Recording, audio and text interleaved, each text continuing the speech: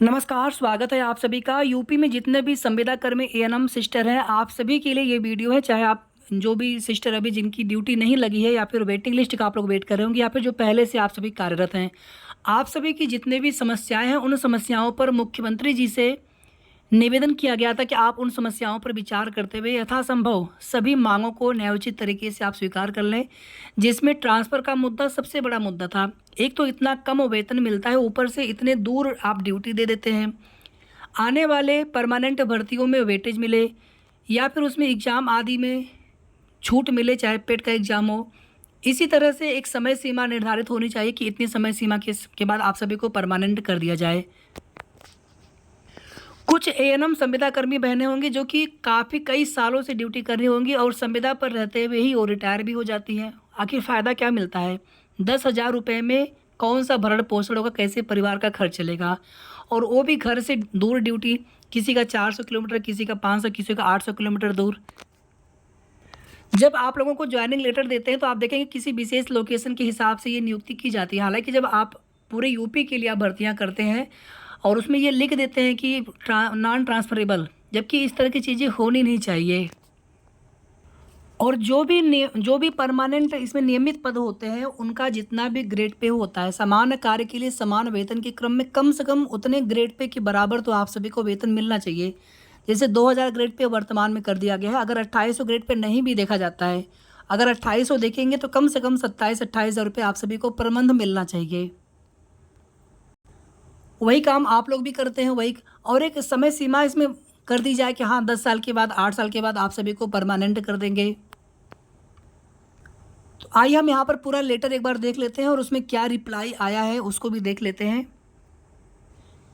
इसीलिए आप सभी से रिक्वेस्ट करते रहते हैं कि कहीं की भी परमानेंट भर्तियां आएँ अपने यूपी के अलावा, जैसे राजस्थान बॉर्डर के जो भी ज़िले होंगे या किसी उत्तराखंड में है, बिहार में है, मध्य प्रदेश में, कहीं पर भी परमानेंट भर्ती आए, आप लोग कोशिश करिए कि परमानेंट भर्तियों में आपका सिलेक्शन हो जाए। यूपी में परमानेंट भर्ती आ रही है, पूरी कोशिश करिए कि उसमें आपका सिलेक्शन हो जाए। अगर वेटेज मिलने लग जाए तो फिर आप सभी का सिलेक्शन होने के चांस बढ़ जाते हैं। पिछली बार वेटेज दिया गया था, उम्मीद है कि इस बार आने वाले भर्ती में भी आप सभी को वेटेज मिलना चाहिए जिनका सिलेक्शन नहीं हो सका है। और यहाँ पर जितने भी संविदा कर्मी बहनें, चाहे आप कार्यरत हो या फिर अभी आप वेटिंग लिस्ट के लिए वेट कर रहे होंगे 17,000 वाले में, तो आप सभी लोग परमानेंट भर्तियों के लिए तैयारी जरूर करते रहा करिए, क्योंकि गवर्नमेंट कितना आप सभी की समस्याओं पर विचार करते हैं आप लोग इस लेटर में ही देख लेंगे। ये लेटर पीडीएफ हम ग्रुप में शेयर कर देंगे, आप सभी देख लीजिएगा। अगर आप ग्रुप में ना जुड़े हो तो ग्रुप का लिंक, वेटिंग लिस्ट का अलग ग्रुप है, बाकी आप सभी के लिए अलग ग्रुप है। अगर आप ग्रुप में जुड़ना चाहें तो दोनों ही ग्रुप का लिंक वीडियो के डिस्क्रिप्शन बॉक्स में भी रहता है और इसी वीडियो के कमेंट में भी पिन करके दिया हुआ है। मतलब कमेंट में आप जाएंगे तो वहाँ पे बिल्कुल ऊपर ही आपको दिख जाएगा ग्रुप का लिंक। अगर आप इसमें देखेंगे 30 जुलाई 2024 उत्तर प्रदेश शासन चिकित्सा अनुभाग 9 की तरफ से ये IGRS पर जवाब आया है। और इसमें देखेंगे जो भी लेटर पहले दिया गया था, Kamlesh Paswan ji, member of parliament, सांसद महोदय, इनके द्वारा पत्र लिखा गया था मुख्यमंत्री जी को कि प्रदेश में कार्यरत लगभग 20,000 संविदा एएनएम महिलाओं की समस्याओं के समाधान हेतु कमेटी गठित करने के संबंध में प्रार्थना पत्र। फिर आप यहाँ पर देखेंगे एएनएम संविदा संघ उत्तर प्रदेश, प्रेमलता पांडे जी की तरफ से ये लेटर लिखा गया था मुख्यमंत्री जी को। सभी समस्याओं को लेकर के यहाँ पर विस्तार से मांग की गई थी। बीमा, Ayushman card, child care leave, महंगाई भत्ता, अवकाश सुविधा प्रदान की जाए, ये सभी मांग की गई थी। नियमितीकरण को लेकर के, वेटेज को लेकर के, ट्रांसफर को लेकर के, वेतन को लेकर के। अब यहाँ पर एक एक रिप्लाई आप सभी देखिए। पहला अगर आप सभी देखेंगे तो समान कार्य समान वेतन लागू करें तथा वित्त वेतन आयोग 2008 के अनुसार वेतन 28,000 रुपये प्रतिमाह निर्धारण। इसमें देखिए आख्या क्या आई है, जवाब क्या आया है कि एनएचएम उत्तर प्रदेश भारत सरकार द्वारा वित्त पोषित है। राष्ट्रीय स्वास्थ्य मिशन उत्तर प्रदेश के अंतर्गत सभी कार्यक्रमों में कार्यरत मानव संसाधन की भिन्न भिन्न उत्तरदायित्व हैं, जबकि एक समान कार्य है आप सभी का जो परमानेंट है और जो इसमें संविदा कर्मी है, जिसके आधार पर भारत सरकार द्वारा कार्यक्रम में उत्तरदायित्व के अनुसार निर्धारित वेतन पर अनुमोदन प्रदान किया जाता है। तदनुसार ही जनपदों को योजनावार वेतन निर्गत किया जाता है। कुल मिलाकर के वेतन बढ़ाने को लेकर के कोई भी आश्वासन नहीं मिला है। ओवर एज संविदा एएनएम को नियमित पदों की नियुक्ति में आयु सीमा से मुक्त कर नियमितीकरण हेतु नियमावली संशोधन की जाए।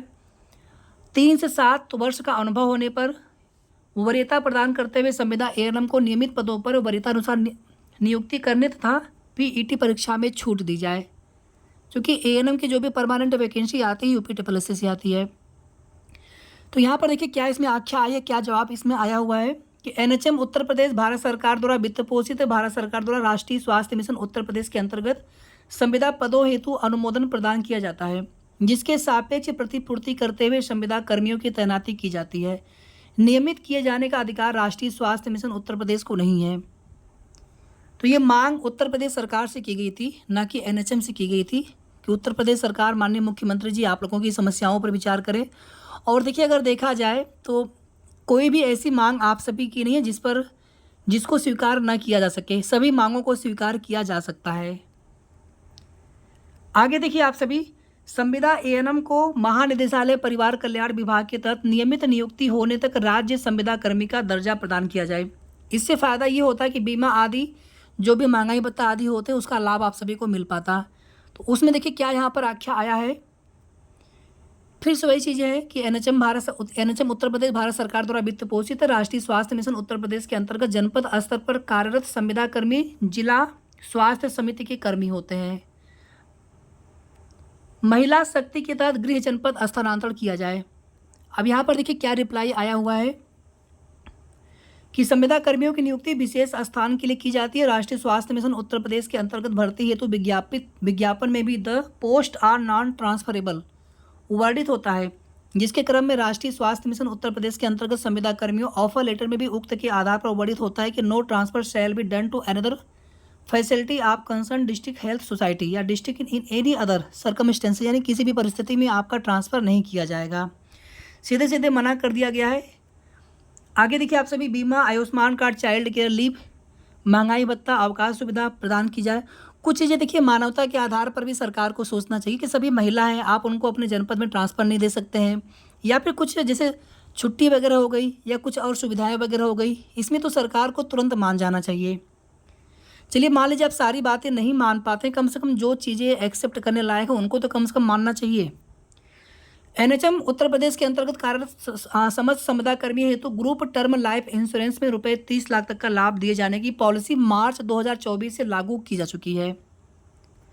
एवं राष्ट्रीय स्वास्थ्य मिशन उत्तर प्रदेश के अंतर्गत कार्यरत समस्त संविदा कर्मियों हेतु लागू मानव संसाधन नीति में आकस्मिक अवकाश, चिकित्सकीय अवकाश, पितृत्व अवकाश, मातृत्व अवकाश आदि दिए जाने का प्रावधान है।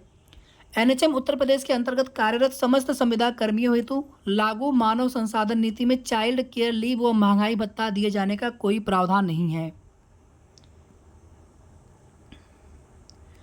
अतएव अनुरोध है कि उपरोक्तानुसार आख्या के आधार पर प्रश्नगत अंतरित श्रेणी आईजीआरएस को विलोपित कराने का कष्ट करें।